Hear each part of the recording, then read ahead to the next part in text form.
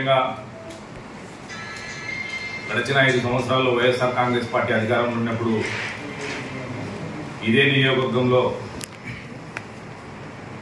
వైరెడ్డి సిద్ధార్థ రెడ్డి తన అనుచర వర్గం అంతా తెలుగుదేశం పార్టీ నాయకులను ఏ రకమైనటువంటి ఇబ్బందులు పెట్టారో మీ అందరికీ కూడా తెలుసు. ఇదే వైరెడ్డి సిద్ధార్థ రెడ్డి, ఇదే market yard chairman Sudhakar Reddy తన అధికార అహంకారంతో మున్సిపల్ చైర్మన్ అధికార అడ్డం పెట్టుకుని ఆయన చేసినటువంటి అరాచకాలు నందికొట్కూరు పట్టణ ప్రజలందరికీ తెలుసు. వైఎస్ఆర్ కాంగ్రెస్ పార్టీ అధికారంలో ఉన్నప్పుడు తెలుగుదేశం పార్టీ నాయకులను స్టేషన్ల మీద పోయి దాడులు చేయడం జరిగింది. అలాగే ఈ నియోజకవర్గంలో మున్సిపాలిటీని అడ్డం పెట్టుకుని ఇదే మున్సిపల్ చైర్మన్ సుధాకర్ రెడ్డి ఎన్నో రకమైనటువంటి అవినీతి ఆరోపణలకు పాల్పడడం జరిగింది. అవన్నీ మీకు కూడా తెలుసు.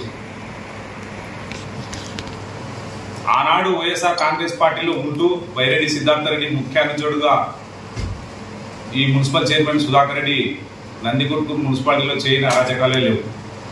ఎక్కడ చూసినా మున్సిపల్ స్థలాలు కబ్జా చేయడం, అలాగే ఒక దాత జువాజీ సుంకనగౌడు ఏదైతే తన పేరు మీద ఉన్నటువంటి నందికొట్కూరు నియోజకవర్గ ఆనాడు గ్రామ పంచాయతీకి రాసేయడం జరిగింది స్థలాన్ని. అటువంటి స్థలాన్ని కూడా కనుమరుగు చేసి ఒక నందికొట్కూరు నియోజకవర్గంలో ఒక రియాల్టర్ అవతారం ఎత్తిన మున్సిపల్ చైర్మన్ సుధాకర్ రెడ్డి ఇక్కడ ఉన్నటువంటి మున్సిపల్ కార్యాలయాన్ని బయటికి తరలించాలని చెప్పేసి కూడా ఆయన సొంతంగా 20-30 ఎకరాలు ఊరికి బయట కొని అక్కడ మున్సిపల్ ఆఫీస్ కట్టిస్తాము, ఇక్కడ నుంచి అక్కడికి తీసుకెళ్తామని చెప్పేసి ఆ రోజు చెప్పడం జరిగింది. అక్కడ ఏంటంటే ఆయన చేసిన అవినీతి ఒక రియల్ ఎస్టేట్ వ్యాపారం చేయాలని, డబ్బులు సంపాయాలని చెప్పేసి కోర్లకు పడగలెత్తాలనే ఉద్దేశంతోనే ఆ రోజు ఆయన ఆ కార్యక్రమాలలో చేశాడు. మరి ఇదే వైరెడ్డి సిద్ధార్థ రెడ్డి ఈరోజు ఎలక్షన్లు అయిన తర్వాత తెలుగుదేశం పార్టీ గెలిచిన తర్వాత ఎక్కడికి వెళ్ళాడు? ఆ రోజు నందికొట్కూరు నియోజకవర్గంలో తెలుగుదేశం జెండా ఎగరని అన్నటువంటి వ్యక్తి ఇదే municipal chairman Sudhakar Reddy Telugu Desam party నాయకులను ఎన్నో రకాలుగా ఇబ్బంది పెట్టాడు. మరి ఈనాడు తెలుగుదేశం పార్టీ కార్యకర్తలకు పసుపు జెండా మోసిన ప్రతి కార్యకర్త నీతి నిజాయితీగా పనిచేసి ఈరోజు పార్టీ విజయానికి కష్టపడినటువంటి నాయకులు ఉన్నారు.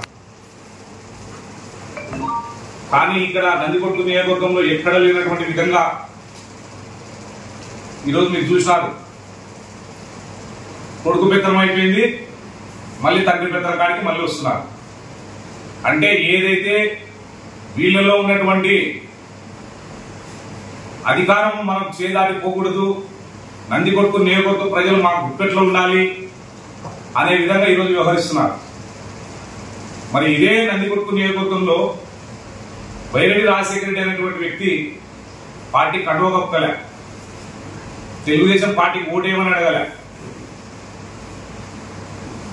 అటువంటి వ్యక్తి ఈ రోజు అవినీతి పరులందరినీ వైఎస్ఆర్ కాంగ్రెస్ పార్టీకి చెందినటువంటి మున్సిపల్ చైర్మన్ సుధాకర్ రెడ్డి ఆయన అవినీతిని ఎక్కడ ఎమ్మెల్యే ప్రశ్నించి మమ్మల్ని ఇబ్బందులు పెడతారేమో చెప్పేసి వాళ్ళు చేసినటువంటి పాపాలను కాపాడడానికి ఈరోజు వైరెడ్డి రాజశేఖర రెడ్డి సిద్ధార్థ రెడ్డి అందరూ కూడా ఒక కూటమిగా మాదిరిగా తయారై ఈరోజు అవినీతి పరులందరినీ ఆయన హక్కును చేర్చుకుంటున్నాడు. ఎందుకంటే ఆయన నియోజకవర్గంలో క్యాడర్ లేదు.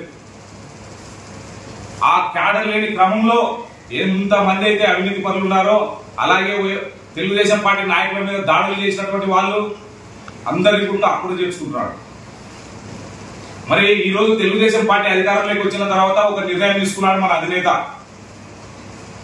ఎవరైనా సరే తెలుగుదేశం పార్టీ నాయకులను ఇబ్బంది పెట్టినటువంటి వాళ్ళను, వైఎస్ఆర్ కాంగ్రెస్ పార్టీ నాయకులను మన పార్టీలోకి చేర్చుకోకూడదనేటువంటి ఒక అధినేత సిద్ధాంతాలను కూడా ఈరోజు పార్టీలో చేరినటువంటి వ్యక్తులు కూడా ఈరోజు కండవలు కప్తామని చెప్పేసి చెప్తున్నారు. మరి ఇది ఎంతవరకు సమంజసమని చెప్పేసి నేను అడుగుతున్నాను. అంటే ఈ అవినీతి పరులంతా కాపాడడానికి ఈరోజు వైరెడ్డి రాజశేఖర రెడ్డి, వైరెడ్డి సిద్ధార్థ రెడ్డి ఏకమైనారని చెప్పేసి నేను ఈరోజు ఈ సందర్భంగా అనుమానాలు వస్తున్నాయి. ఈ నియోజకవర్గంలో తెలుగుదేశం పార్టీ ఏదైతే 10 సంవత్సరాల నుంచి కష్టపడుకుంటూ అందరి కార్యకర్తలను అండదండగా చేసుకుని ఈరోజు మనం ముందరికి వచ్చాం. మరి ఇదే వైరెడ్డి సిద్ధార్థ రెడ్డి ఏమైంది, నీ ఎలక్షన్లు అన్నాక వస్తుంటాయి పోతుంటాయి, విజయాలు అపజయాలు అనేవి దైవ నిర్ణయాలు. ఆ రోజు తెలుగుదేశం జెండాను ఇక్కడ ఎగరనీయను, తెలుగుదేశం వ్యక్తులను అసెంబ్లీ తాకనీయనన్నావు. మరి నువ్వు ఒక్కసారి పోయేపాటికే ఈ తాలూకాలు కనుమరుగైపోయినావు. నీ అవినీతి పరులంతా వైరెడ్డి రాజశేఖర రెడ్డి దగ్గరికి పంపిస్తున్నావు. నేను ఒకటే చెప్తున్నా, ఎవరైతే తెలుగుదేశం పార్టీ కొరకు కష్టపడి పనిచేసినటువంటి ప్రతి ఒక్కరిని రక్షించుకునే బాధ్యత ఈ రోజు నందికొట్టు నియోజకవర్గ ఎమ్మెల్యేగా నా పైన బాధ్యత ఉంది. కూలంకుషంగా మా అధినేత దృష్టికి తీసుకెళ్తాం. ఎందుకంటే అధినేత వారు మాకు కొన్ని నిర్ణయాలు, నిబద్ధతలు, క్రమశిక్షణ నేర్పినటువంటి పార్టీ తెలుగుదేశం పార్టీ. ఆ క్రమశిక్షణలోనే పనిచేసిన కార్యకర్తలకు ఎక్కడే గానీ అన్యాయం జరగకుండా చూసేటువంటి బాధ్యత మా పైన ఉంది. ఎక్కడే గానీ ఈ 2019 నుంచి 24 వరకు జెండా మోసిన ప్రతి కార్యకర్తకు ఒకటే చెప్తున్నా, మీరు ఎక్కడే గానీ అధైర్యపడద్దండి. మనకు పార్టీ అధిష్టానం అండదండగా ఉంది. పనిచేసినటువంటి ప్రతి కార్యకర్తను గుర్తించడానికి ఈరోజు తెలుగుదేశం పార్టీ వివిధ రకాల్లో సమాచారం తెప్పించుకుంటుంది. కాబట్టి ఎవరు పార్టీకి పనిచేసినారు, ఎవరికి పార్టీకి పని చేయకుండా డూప్లికేట్ మాటలు చెప్పి తిరుగుతున్నారు కూడా అందరినీ కూడా పార్టీ నిశ్చితంగా పరిశీలిస్తుంది. కష్టపడిన ప్రతి కార్యకర్తకు న్యాయం జరుగుతుంది. ప్రభుత్వంలో కూడా అధికారంలో ఎమ్మెల్యే ఉన్నారు, అట్లనే అందరూ సిద్ధార్థ రెడ్డి ఉన్నారు. ఇద్దరి మధ్యన నలుగురు సేమ్ స్టోరీ రిపీట్ అవుతుందని ప్రతి ఒక్కరు అంటున్నారు. మీరు దానికి భయపడాల్సినటువంటి అవసరం లేదు. మీరు ఎంత తొందరలో దానికి మీరు ఎట్లా మూవ్ అవుతారు? ఒకటి, మీరు మొన్ననే చూసింటారు, 3 రోజుల కిందట తెలుగుదేశం పార్టీ అధినేత చంద్రబాబు నాయుడు గారు ఒకటే చెప్పారు, వైఎస్ఆర్ కాంగ్రెస్ పార్టీ నాయకులను ఎవరినే కానీ పార్టీలో చేర్చుకోవద్దండి. మన పార్టీ కొరకు కష్టపడిన మన కార్యకర్తలు ఉన్నారు, మనకు అవినీతి పరులు మనకు అవసరం లేదు. కానీ ఈరోజు ఆయన పార్టీ కనువనే కప్పుకలే, వీళ్ళకెట్టా కనువలు కప్పుతున్నాడో నాకు అర్థం కాలే. ఇదైతే నేను అధిష్టానం దృష్టికి తీసుకుపోతున్నా ఖచ్చితంగా. ఎందుకంటే ఒక ఓటు వేయమని అడిగినాడే కానీ సైకిల్ గుర్తుకు ఓటేయండి, ఎమ్మెల్యేకి ఒక ఓటేయండి, ఎంపీకి ఒక ఓటేయండి అని అడిగిన దాఖలాలు ఎక్కడ కూడా లేవు. మీకు అందరికీ తెలుసు, నందికొట్టు నియోజకవర్గ ప్రజలందరికీ కూడా తెలుసు. మరి అలాంటి వ్యక్తి ఈరోజు అవినీతి పరులను అందరూ దగ్గర కూర్చోబెట్టుకుంటున్నాడు. అంటే వారికి కేడర్ లేదు కాబట్టి, ఇంటికాడికి ఎవరు వచ్చి లేదు కాబట్టి అందరూ పిలుచుకుంటున్నాడు అని దీని మీద పార్టీ స్పష్టమైన నిర్ణయం తీసుకుంటుందని ఆశిస్తున్నాను.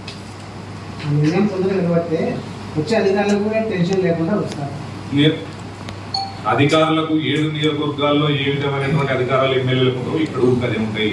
ఎవరే కానీ అదే పడాల్సిన అవసరం లేదు.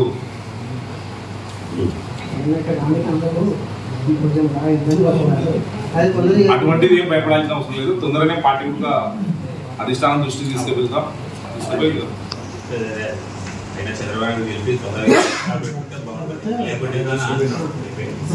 ఆల్రెడీ